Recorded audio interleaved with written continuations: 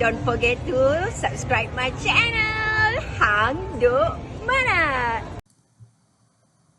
Assalamualaikum, selamat datang lagi ke channel Hang Duk Mana. Mari kita dengar kupasan daripada Ustaz Ali Muda Tertampas.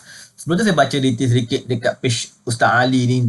Semakin ramai asatidzah negara ini bangkit dengan berani melawan hukum PAS yang menunggang agama untuk kuasa. Okey, mari kita dengar podcast daripada Ustaz Ali. Di akhir kat komen macam biasa. Bincang sekarang ni sebenarnya bila kita bercakap tentang tadi bil hikmah ni, kita rasa ada sesuatu yang tak kena dengan masyarakat Islam kita pada hari ini, iaitu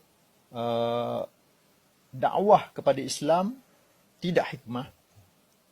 Ya, pendekatan Islam yang dibawa tu keras dan lebih menjurus kepada ekstrim. Ya, nah, ini perkara yang bukan kita saja yang membimbanginya, bahkan sejak zaman Rasulullah SAW. Dan berlaku akibat daripada pendekatan yang ekstrim ini, berlaku pertumpahan darah.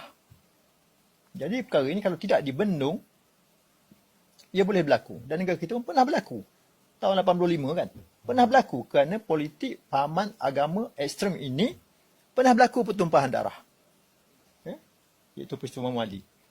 Jadi pada pandangan Ustaz, kenapa fahaman yang ekstrim ini muncul? Sebab setahu saya yang duduk kecil-kecil memang saya di Terengganu. Sebelum adanya isu-isu politik Islam, negara Islam ni, hudud ni, orang Melayu di sana memang bersatu padu buat bendang padi bersama-sama. Lepas bendang tu buat benda laksa sama-sama. Lepas tu main gasing, main wow. Lepas menuai ceruk padi lah. Ceruk padi. Sama-sama. Tapi lepas ada politik Islam, Islam sekular ni, lepas tu pecah dah. Tak pakat lagi dah. Dan paling teruk sekali, dalam masjid pun berpecah. Semayang jadi dua imam. Ada kata fatwa imam ni tak sah semayang dengan dia. Pergi semayang ke masjid lain. Ustaz tengok sendiri juga? Pernah tengok sendiri. Tahun 86 ingat lagi. 86, 84. Saya Raja 6. Atas masjid ni bergaduh. Depan mata? Depan mata. Allah. Imam tu imam asal. Imam majoriti, diikut jemaah majoriti. Yang dikatakan imam kerajaan. Imam kerajaan. Itu. Semayang, orang ramai ikut. Belakang ada kelompok tak semayang. Tak semayang Jumaat. Lepas habis jemaah pertama yang orang majoriti tu, kumpulan ni nak pergi ke depan nak semayang Jumaat. Ulang sekali lagi. Berlakulah pergaduhan. Tolak-menolak masa tu. Dan mulai hari tu, kelompok berkenaan di kampung saya tu, tak pergi masjid dah, pergi ke masjid, Bangor Peradung. Tempat sebab kampung saya orang ada selang 2 buah kampung. Saya umur 15 tahun. Semayang di masjid di Kemamang, Sultan Ahmad. Sudah semayang Jumaat. Sudah semayang Jumaat tu, bangun, semayang Zuhur semula. Tu 15 tahun. Sebab apa buat gitu? Sudah menganut dah pahamang tu. Pahamang tu imam tu semayang tak sah. Tak sah semayang dia. Dia ketolak Islam. Itu bahaya. Maksudnya bukan ini bukannya fitnah cerita-cerita mereka. Saya sendiri pun buat benda tu. Kita ni saksi hidup. Arwah ayah saya. Dia balik rumah sedih, rasa sedih. Sedih sangat dia. Sebab apa? Dia pergi bagi daging sembelihan lah. Kat masjid ada sembelih. Dia bagi daging ke rumah orang ni. Dia kata, aku terima daging murin tapi aku beri anjing. Allah. Banyak berlaku. Ayah saya bercerita. Dia sembelihan orang imam kerajaan pun tak sah. Haram dimakan. Jadi pada saat apa sebab jadi macam ni? Cuba Ustaz huraikan sikit apa sebab? A'udzu billahi minasyaitonir rajim. Qala Allah Ta'ala, "Wa man yu'tal hikmata faqad utiya khairan katsira." Dan sesiapa yang Allah beri hikmah dengan makna kebijaksanaan, sesungguhnya dia mendapat kebaikan yang banyak.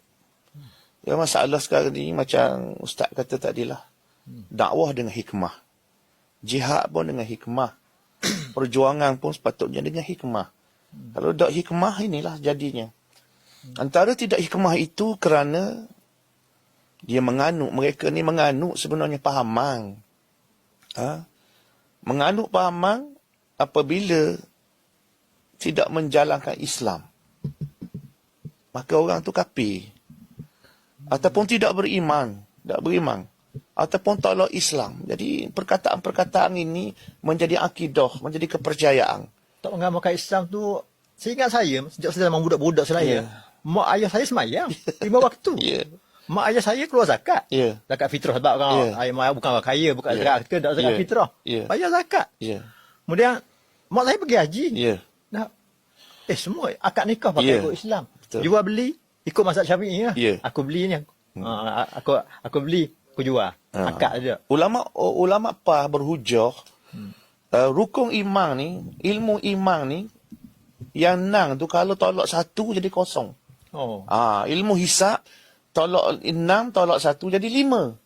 Jadi ilmu iman ni mereka kata iman 6 tolak 1. kalau tolak 1 jadi kosong. Jadi dia tolak yang mana? Jadi Apa mana ditolak satu mereka tu? dia silap faham. Hak dia kata tu betul tapi dia letak tu tak kena. Mereka duduk faham orang tolak, orang tak beriman hudud tu lah. Hudud dah masuk rukun iman. Tu kata. Mana ada rukun yang hudud beriman kepada hudud? Ya, ya. Jadi itu masalah dia. Masalah. Jadi benda tu diulang-ulang dalam ceramah, saya pun dalam ingat. kuliah, Ingat. dalam usrah, dalam nadwah. Jadi ulang semua menyebabkan orang duk faham tolak Islam. Kau cakap tu ustaz-ustaz ulama Ustaz-ustaz. balik Al-Azhar. Lepas tu tak ada orang yang faham, yang cuba nak tanya, hak mana tolak? Jadi sebab tu ulama PAH kata pergi Mekah saja. Baik pergi Thailand. Allah. Mereka kata baik pergi Thailand. Pergi Mekah saja. Sebab? Kalau sembelih lembu gebang tu bunuh lembu. Bunuh. Allah. Jadi bakar Jadi maksudnya. bakar. Sebab tu dia tahu daging tu. Tak makan daging tu. Dan dia bagikan anjing ke apa. Ada yang setengah tu tak tepi pagar je. Tuan rumah letak tepi pagar. Busuk situ lah benda tu berlaku. Saya kadang-kadang malu juga nak bercakap dan rasa bersalah nak bercakap cerita lama ni. Tetapi oleh kerana takfiri dengan lisan tu masih wujud. Takfiri dalam tulisan tu masih wujud. Dalam media, dalam apa. Jadi menyebabkan kita terpaksa nak olah takfiri dalam percakapan ini dengan mengaitkan hak amali. Latar belakang dulu. Belakang Maksudnya dulu. teruknya dulu. Teruk. Walaupun sekarang dah tak berlaku. Ya. Tetapi doktrin, kepercayaan tu masih ada. Ya. Kawan-kawan saya kadang-kadang dia marahlah ke saya. Dia kata, apa ustaz cerita lama? Saya kata, saya tak mau cerita hak lama. Tetapi terpaksa. Kawan saya kadang-kadang dia marahlah ke saya. Dia kata, apa ustaz cerita lama? Saya kata, saya tak mau cerita hak lama. Tetapi terpaksa. Apabila percakapan yang ada hari ni, penulisan yang ada hari ni, seperti munafik. Kalau saya ni kata ustaz Yahudi. Allah. Kita kata tengah kafe. Kafe ustaz Yahudi. Ataupun lagi liberal. Liberal. Liberal dengan makna hak dia ada sendiri. Mana makna jahat. sendiri. Mana jahat dia ada. Jadi maknanya saya terpaksa erek balik cerita. Ambil balik cerita lama letak sini, kupur sekali, nak suruh awak faham.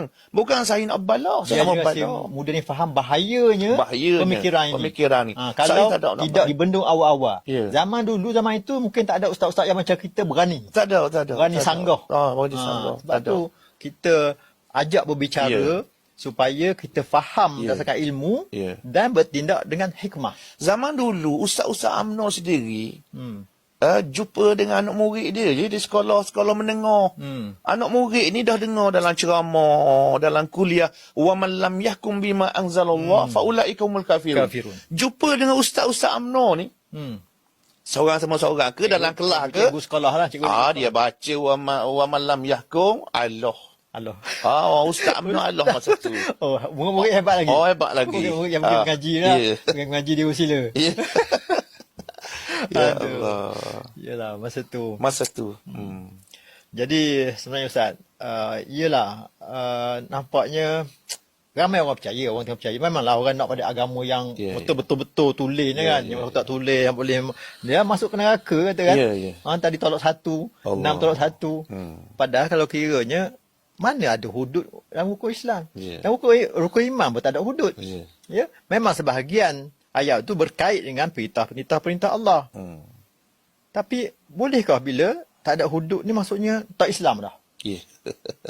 Mereka faham macam tu. Jadi saya ni kebetulan apabila saya dah mula terbuka, ialah banyak benda juga saya tak tahu. Jadi kebetulan kita baca buku antara Dr. Suhaib Qardawi lah, Syekh Abdul Karim Zaidan, Syekh Sa'id Ramadan Al-Buti. Ya sebenarnya ulama-ulama besar tu, yang menentang sangat hulu ni. Menentang takfir termasuk ini. yang hudud ni lah. Termasuk maknanya yang hudud. Termasuk juga Syekh Mustafa Bura. Mustafa Bura ni kalau ikut ulama mazhab Syafi'i. dia tak terlibat manalah dalam politik, dalam percakapan tentang negara Islam ni. Tapi apabila ditanya benda-benda seumpama ni, dia cukup bimbang. Syekh Said Ramadan Al-Buti tu memang dia terlibat, dia sangat bimbang. Syekh Qaradawi pun terpaksa tulis buku dan menentang dah mereka yang berpahaman hulu dan takfiri ni. Sehingga dia tulis dalam satu buku kecil dia, Al-Ghulu fit Takfir, melampau dalam mengkafirkan. Al-ghulu fit takfir. Jadi saya duduk tengok ulama-ulama dia besar as-sahwah al-islamiyah bainal juhud wa tatarruf. tatarruf. Antara keingkaran juga ke sikap melampau. Ingkar tu yang tak nak agama. Golongan sekular lah. Yang tatarruf ni yang gerakan Islam ni. Yang melampau.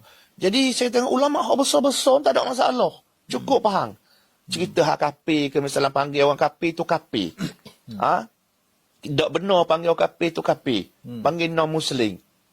Qaradawi pun bersepakat begitu. Di Bura, Mustafa Bura pun sama. Tu saya nak tanya lepas ni. Itu yang paling sedang hangat ni, sedang hangat.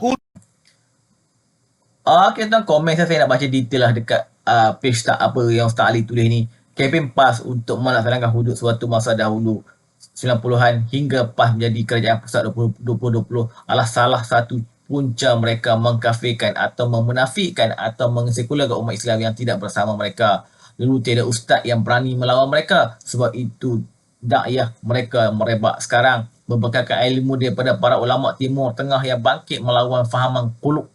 Semakin ramai asal negara ini bangkit dengan berani melawan hukum PAS yang menunggang agama untuk kuasa. Okey, tuan-tuan, mari terus menyokong kerajaan perpaduan Pak Ibrahim. Assalamualaikum.